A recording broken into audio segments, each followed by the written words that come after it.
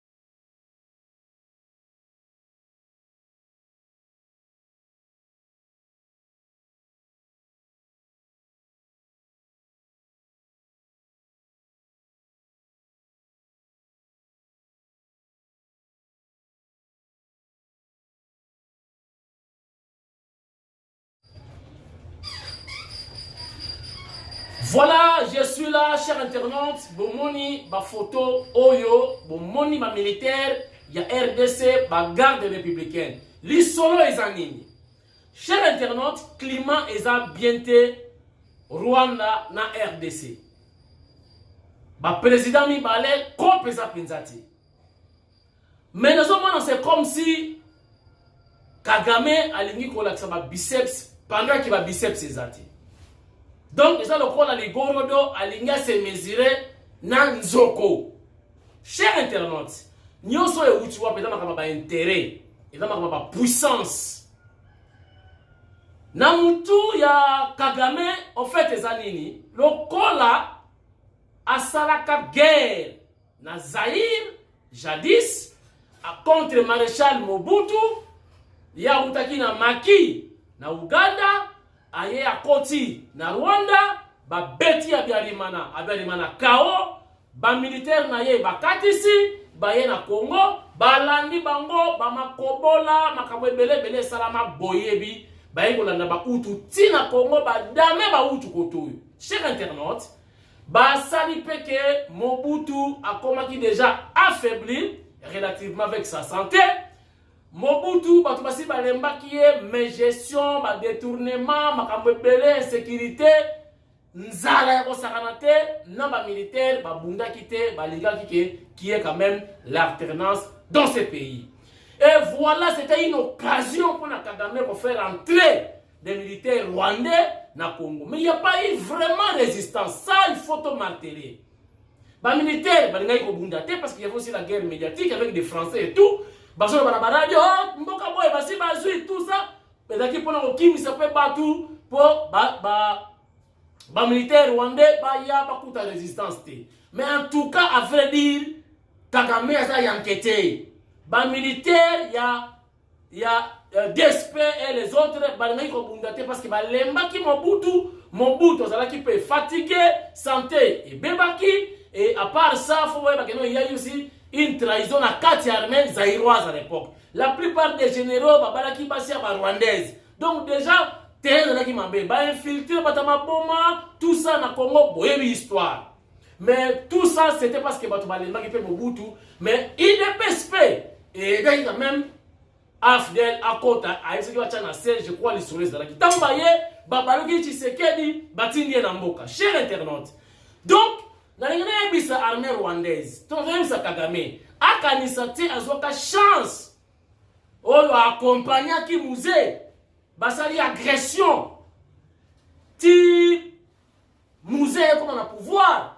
Chers internautes, ezalaki bitumba ya malonga te résistance ezalaki na kisangani et puis na kenge mais ba parti etikala ki wona ndaki na ngoto kweya nango bayebwe basala bakima bayebwe même quand tchatchi lisa c'est betarate na kan church basta écoute quand batu na kan batu bazate baye ba continue ba akanisa teke azama kasi et certains militaires ya phase na ba DSP musu ba tika la pe na kanda ali ngate le fachi beton apesa mot d'ordre et batu ba kota na Rwanda atana nzela makolo et ko la catastrophe.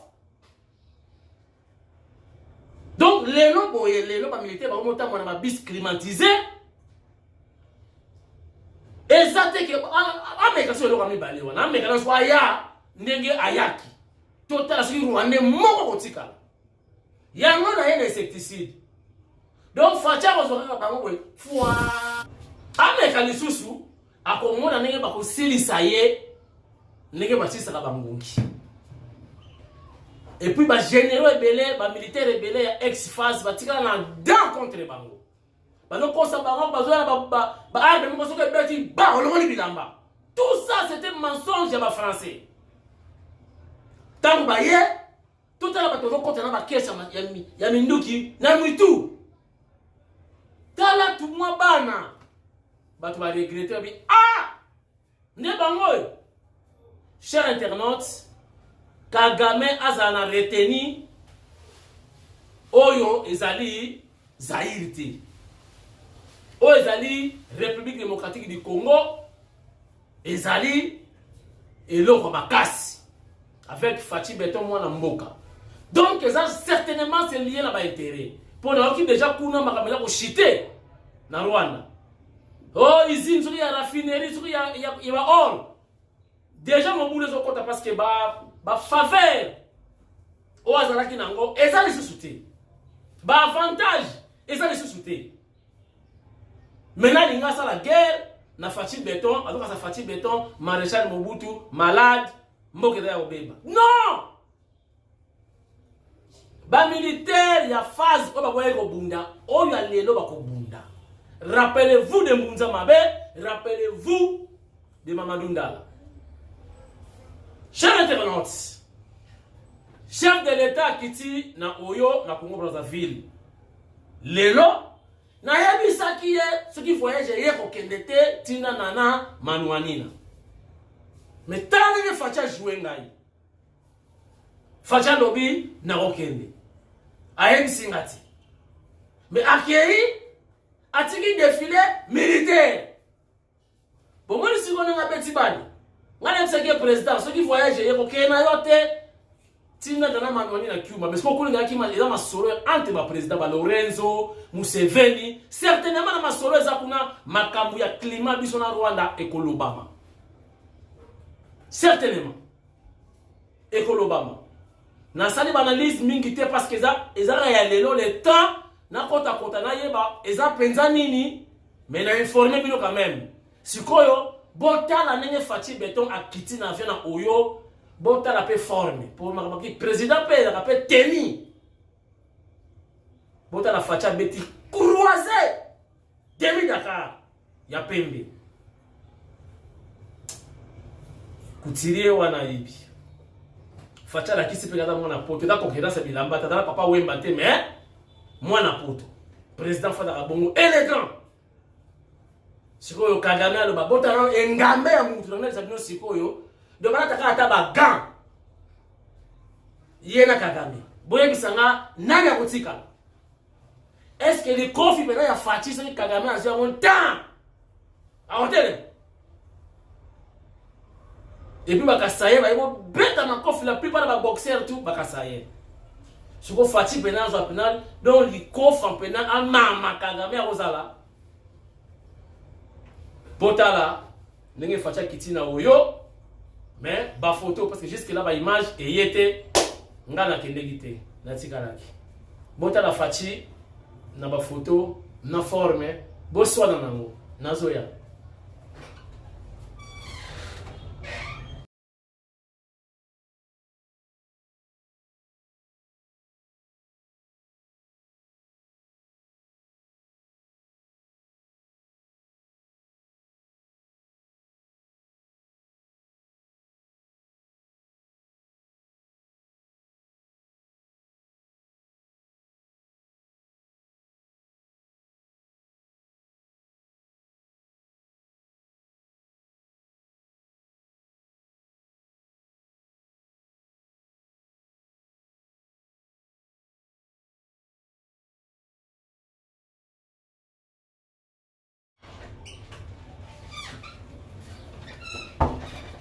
voilà, bon mon Fachi Béton kitoko.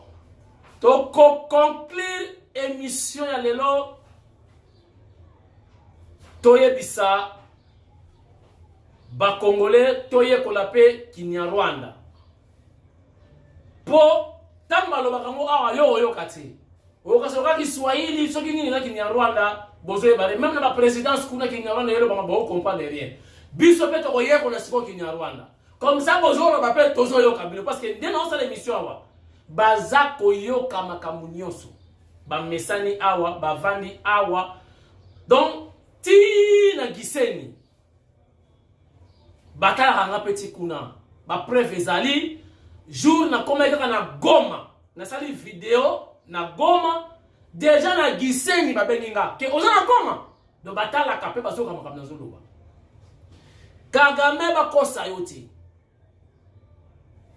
Bako sayote. Et puis ma ya Union africaine pe président a déjà pemeni. Donc ma mama pe sirisco to ba master e indi. Bako sayote. Na bandeli Kagame bakosa yote. Bakosa yote. Oza Maréchal Mobutu malade te, paix à son âme. Oza dit Fachi Beton en bonne santé, Mfuma di Tunga. Mon IDPS combattant. Donc bakosa te. Et on a sangwa mawa. Quand on a l'histoire, il y a armée zaïroise, même la force publique, jadis, à l'époque, c'est aussi l'histoire, Tobunda, armée Oyo, et que dans la deuxième guerre mondiale, et ça va exploit, et bêta mindel, et conquérir, batterie occupée. Dans l'histoire, il y a la deuxième guerre mondiale, en force publique. Wana ba soldat na français. Donc on a dit que soldat dans la front, bombe, tire, nyate. Ba soldat français na front. Wana ba soldat kala. Oh boyo ba Gambela, Éthiopie, bana batakasa na force publique. Oh boyo ba Congo wana ba Gambela, ba nini Éthiopie kunela. Ila ibele ba veni wana. Et ça va venir, oyo, tu peux ça va comme ba moka oyo qui conquis na armée force publique à l'époque. Donc armée zaïroise bien force publique et dans l'histoire même la guerre mondiale. To kota to beta to laki sa boulot. Mobutu de son vivant to laki sa comment avec qui m'a cassé participer dans des tombes belle en Afrique. Donc, Rwanda, Bozana Mayeli, des militaires rwandais, si on vous envoie, Boyawa, Boyate, pour vous vider la main au Saranati. Tala, pour pomper bino, Boyate.